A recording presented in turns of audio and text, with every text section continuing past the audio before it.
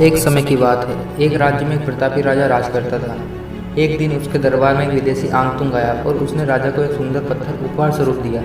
राजा वह पत्थर देखकर बहुत प्रसन्न हुआ। उसने उस पत्थर को भगवान विष्णु की मूर्ति बनाकर उसे मंदिर में स्थापित करने का निर्णय किया। प्रतिमा निर्माण का कार्य महामंत्री को सौंप दिया।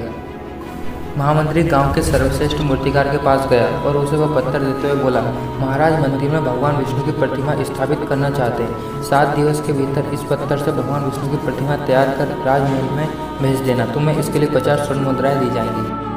50 स्वर्ण मुद्राओं की बात सुनकर मूर्तिकार खुश हो गया और महामंत्री के जाने के बाद ही मूर्ति बनाने का कार्य शुरू कर दिया। मूर्ति को तैयार करने के उद्देश्य से उसने अपने औजार निकाल लिए। अपने औजार में से उसने एक हथौड़ा लिया और पत्थर को तोड़ने के लिए उस हथौड़े से वार करने लगा, पर पत्थर नहीं टूटा।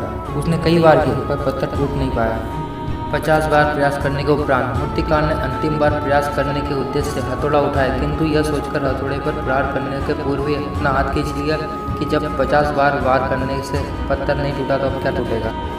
वह पत्थर लेकर वापस महामंत्री के पास आ गया और उसे यह कहकर पत्थर वापस कर दिया कि इस पत्थर को तोड़ना नामुमकिन है, इसलिए इससे भगवान विष्णु की प्रतिमा नहीं बन सकती। महामंत्री को राजा का आदेश हर स्थिति में पूर्ण करना था, इसलिए उसने भगवान विष्णु की प्रतिमा निर्माण का कार्य गांव के एक साधारण से मूर्तिकार को दे दिया। पत्थर लेकर मूर्तिकार ने महामंत्री के सामने ही उस पर हथौड़े से वार किया। वह पत्थर एक ही बार में टूट गया। पत्थर टूटने के बाद मूर्तिकार प्रतिमा बनाने में जुट गया। इधर महामंत्री सोचने लगा कि काश पहले वाले मूर्तिकार ने और थोड़ी मेहनत की होती तो आपको 50 स्वर्ण मुद्राओं का हकदार होता।